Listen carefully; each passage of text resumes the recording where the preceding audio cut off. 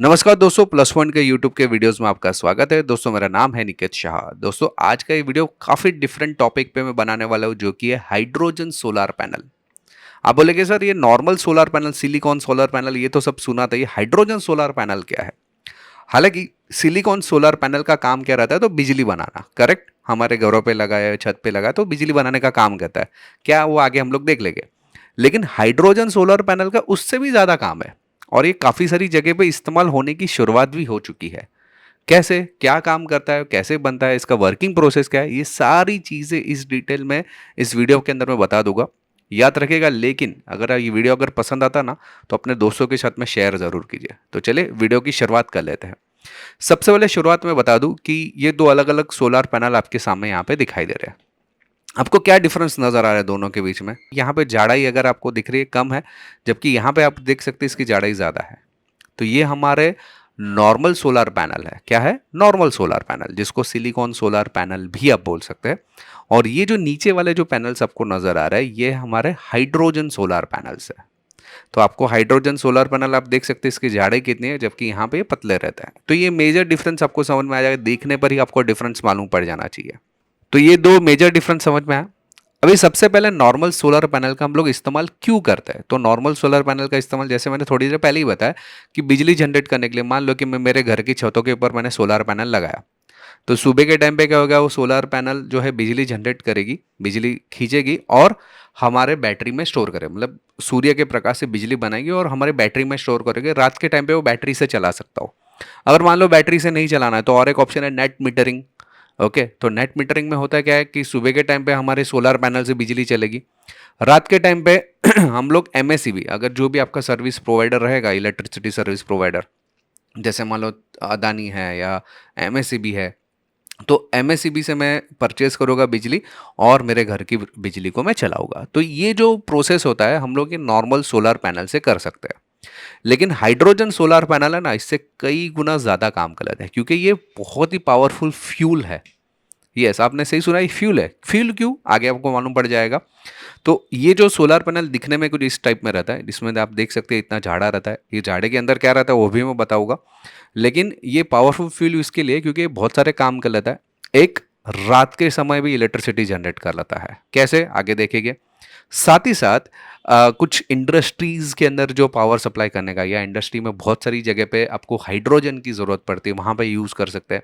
आजकल तो हमारी जो हाइड्रोजन गाड़ियाँ आ चुकी है, ठीक है, तो जिसको जो गाड़ी हाइड्रोजन गैस के ऊपर चलने वाली गाड़ी आती है। सो ये टाइप की जो कार्स है, या इंडस्ट्रियल यूज़ के लिए, या रात के समय अगर आपको बिजली की ज़रूरत है, तो आप हाइड्रोजन पैनल का यूज़ कर सकते हो। मतलब बहुत सारे काम है। इतना क्लियर है? अभी मेजर काम ये है कि भाई ये हाइड्रोजन मिलेगा क्या से, ये हम लोग हाइड्रोजन बनाएंगे कैसे? सोलर पैनल तो चलो समझ में आएगा, लेकिन हाइड्रोजन क्या चीज़ है, कैसे मिलेगा, कहाँ से मिलेगा? तो हाइड्रोजन का एक बहुत ही अच्छा सोर्स है, जो कि है पानी। पानी किससे मिलता है? या आपने बचपन में सुना रहेगा H2O, यानी पानी। यानी हाइड्रोजन के दो कण और ऑक्सीजन का एक कण मिलके क्या बनता है? पानी बन जाता है। तो इस पानी के अंदर जो हाइड्रोजन रहता है, मान लो कि उसको मैंने अलग कर दिया, तो क्या मेरे को हाइड्रोजन मिल जाएगा ना? लेकिन इतना सिंपल नहीं है अलग करना, बहुत ही डिफिकल्ट काम है अलग करना। वो सब आगे मैं बताऊंगा अभी आपको। लेकिन पानी समझ में आया, पानी इंपॉर्टेंट इसमें रोल प्ले करने वाला है। यानी कि हमारे हाइड्रोजन पैनल के अंदर भी, हाइड्रोजन सोलर पैनल के अंदर भी पानी का महन इंपॉर्टेंट है। इतना क्लियर हो गया? ठीक है। अगर मुझे हाइड्रोजन पानी में से निकालना है, तो मुझे प्रोसेस क्या है?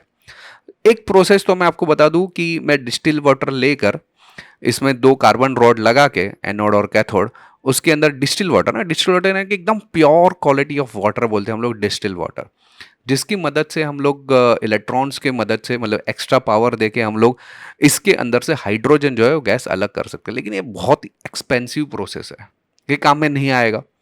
तो हमारे पास दूसरा ऑप्शन क्या है? भाई पानी में से तो नहीं निकालना है, तो और एक ऑप्शन क्या है? दूसरा एक है ना, फ्री ऑप्शन है। फ्री में भी आप हाइड्रोजन बना सकते हैं। कैसे? आप बोलेंगे सर फ्री में कैसे?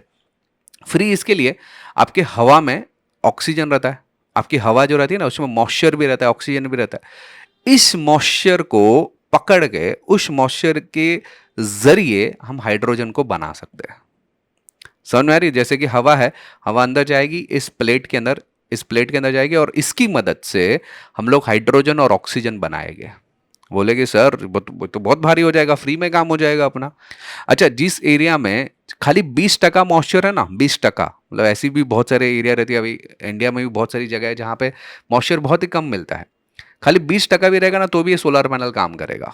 कैसे काम करेगा वो भी देख लेंगे। तो ये कैसे काम करता है ना, बहुत ही इंपॉर्टेंट प्रोसेस है, अभी ध्यान से देखना है पूरे प्रोसेस को, ठीक है।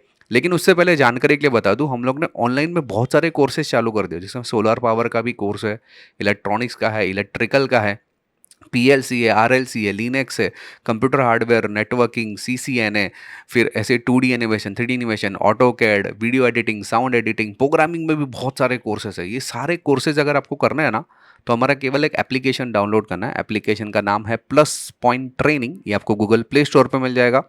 एप्पल के लिए भी सॉफ्टवेयर है, उसके लिए मुझे इस नंबर पे व्हाट्सएप पे मुझे खाली हाई का मैसेज डाल दो किसी भी प्रकार की ऑनलाइन जानकारी के लिए, तो मैं ज़रूर आपको व्हाट्सएप के जरिए आपको डिटेल्स भिजवा दूंगा।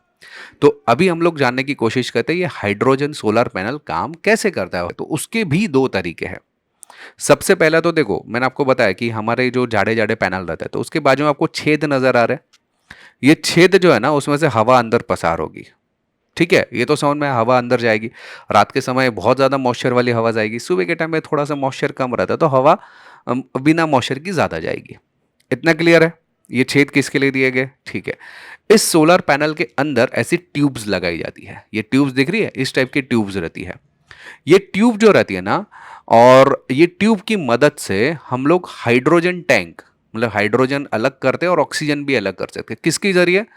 इस ये जो सोलर पैनल है उसके अंदर से जो हवा गई, ये हवा ट्यूब में से पसार होगी, और ये ट्यूब के जरिए हम लोग हाइड्रोजन और ऑक्सीजन को अलग कर सकते हैं। ज़्यादातर ऑक्सीजन हम लोग अलग नहीं करते, वो हवा में डायरेक्ट छोड़ देते हैं। हाइड्रोजन हम लोग जमा करके रखते हैं, इसीलिए उसको हाइड्रोजन सोलर पैनल बोला जाता है, समझा। अच्छा, ट्यूब में से जो हवा पसार होती है ना, वो क्या करता है? वो मॉइस्चर को कलेक्ट करता है। यानी जो मैंने आपको बताया ना, फ्री में जो 20% मॉइस्चर आएगा तो भी काम करता है। ये मॉइस्चर ही इंपॉर्टेंट है ये सोलर पैनल को चलने के लिए। मॉइस्चर यानी हिंदी में उसको क्या बोलते हैं मुझे कमेंट में बताइए। मुझे तो इंग्लिश में मालूम है मॉइस्चर, हिंदी में आई थिंक मेरे दिमाग में भी आ नहीं रहा है, लेकिन कुछ तो भी बोलते हैं, बहुत अच्छा वर्ड है। नमी जिसको वो शायद बोल सकते हैं। तो ये नमी को सोखने के भी दो अलग अलग तरीके हैं। पहला तरीका ऐसा कि आपने अगर मालूम रहेगा कि इस टाइप का पैनल देखा रहेगा, कहाँ पे देखा इस टाइप का कुछ देखा है इस टाइप का कोई चीज़? यस, आपने सही सुना। ये एयर कंडीशन में इस टाइप का पैनल आपको नजर आएगा जिसमें कॉपर पाइप्स रहता है, करेक्ट। ये कैसे काम करता है? ये कॉपर पाइप के अंदर समझो गैस भरी जाती है, बराबर है। ये गैस क्या करता है? एकदम ठंडा कर देता है कॉपर पाइप्स को, बराबर है। तो जब भी गैस अंदर घूमती है कॉम्प्रेसर की मदद से, मतलब एक कॉम्प्रेसर रहता है जिसकी वजह से कॉम्प्रेस होकर गैस अंदर जाएगी, ठंडा हो जाएगा गैस, जिसके जरिए ये गैस जो है वापस गर्म होकर फिर बाहर निकलेगा, वापस कॉम्प्रेसर में जाएगा। ये प्रोसेस चलता रहेगा। लेकिन जब ये ठंडा होता है ना, तो हवा में जो नमी रहती है, हवा में जो मॉइस्चर रहता है, वो उसको पानी में परावर्तित कर देता है। ये देखिए, इसमें से जैसे ही मॉइस्चर जाएगा, मतलब हवा ठंडी हवा जाएगी, इसके अंदर से ठंडी गैस जाएगी, तो बाहर इस टाइप का आपको मॉइस्चर दिखेगा, और यही हमारे लिए इंपॉर्टेंट है। लेकिन क्या अगर मैं कंप्रेसर लगा के, मतलब इधर इसके अंदर से ये जो सोलर पैनल है, इसके अंदर से मैं अगर यहाँ से मैं अंदर जाएगा जो हवा, उसको मैं कंप्रेसर लगा के उसके अंदर से मॉइस्चर निकाल के फिर करूँ, तो बहुत महंगा पड़ जाएगा ना। इतना तो काम में नहीं आएगा, ये तो एक्सपेंसिव हो जाएगा। क्या फ़ायदा फिर सोलर पैनल का, बराबर। हमको तो बिना एक्सपेंसिव कोई चीज़ चाहिए। तो उसके लिए भी बहुत ही अच्छी रिसर्च करके जो बनाया गया है वो है ये है प्रोटॉन एक्सचेंज मेम्ब्रेन। ये एक प्रकार का फोम रहता है। फोम यानी कि जो स्पंज टाइप का रहता है, आप देख सकते हैं इस टाइप का स्पंज जैसा ही रहता है। अभी ये करता क्या है? तो इसके अंदर जो हमारे जो ट्यूब्स रहता है ना, वो ट्यूब के अंदर से जब भी हवा पसार होती है, तो हवा में जो भी नमी रहेगी ना, वो ये जो फर्म है वो उसके अंदर सोख लेता है नमी को, और सोखने के बाद जो पानी जनरेट होगा, क्योंकि नमी है ना, पानी है, तो पानी क्या करेगा, ये फर्म जो है वो उसकी बाहर की सरफेस पर लाके छोड़ देगा। ना कि समझो हवा इधर से गई, हवा इधर से जा रहा है अंदर, और जो नमी रहती है वो इसमें लॉक हो जाएगी, और नमी यानी कि पानी लॉक हो जाएगा, और पानी क्या करेगा, स्पंज उसकी सरफेस पे लाके छोड़ देगा, इवनली सरफेस पे लाएगा, इवन यानी पूरे जगह पे सही तरीके से लाके छोड़ देगा। और इसी को हम लोग बोलते हैं, बहुत ही इंपॉर्टेंट मेम्ब्रेन का काम है इस सेल के अंदर, यानी कि हाइड्रोजन सोलर पैनल के अंदर यही मेन काम होता है। अभी जैसे कि हवा आई, हवा इधर गई, इधर फॉर्म में आ गई, फॉर्म में उसका पानी बन गया, बराबर है। ये पानी जो है फॉर्म ने क्या किया, इवनली डिस्ट्रीब्यूट कर दिया दोनों बाजू। फॉर्म के आजू बाजू एनोड्स और कैथोड के सी एल लेयर्स रहता है। ओके, क्या रहता है? सी एल लेयर्स रहते हैं एनोड्स और कैथोड के। ये एनोड्स और कैथोड क्या करता है, फिर इसके बीच में गैस डिफ्यूजन लेयर्स वगैरह भी रहता है, जिसमें बहुत ही इंपॉर्टेंट मटेरियल जैसे प्लेटिनियम जैसे मटेरियल का प्रयोग किया जाता है, जो क्या करता है कि यहाँ से जो पानी अंदर लॉक हो गया है, इसके अंदर पानी लॉक हो गया, तो हमारा जो सोलर पैनल उसके ऊपर लगा हुआ रहता है, ये क्या करेगा, इलेक्ट्रॉन्स को मूव करेगा, उसके अंदर से इलेक्ट्रॉन्स को अलग करेगा। जैसे इलेक्ट्रॉन्स अलग करने की शुरुआत हो जाएगी तो प्रोटॉन जो रहता है वो इसके तरफ चले जाएगा। प्रोटॉन जो है ये प्लेटिनम की तरफ जाके हाइड्रोजन उसमें से बनाएगा, और ऑक्सीजन जो होता है O2 जो है वो ऑक्सीजन बना के ऑक्सीजन टैंक में डाल देगा।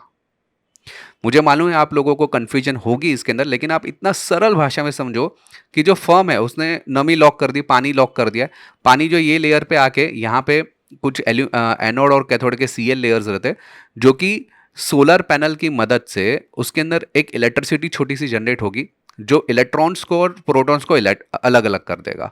इलेक्ट्रॉन जो वो यहाँ पे जाएगा जिसमें से पानी बनेगा, और पानी जो है वो O2 यानी कि ऑक्सीजन जो है अलग करके वो डाल देगा एनोड की मदद से।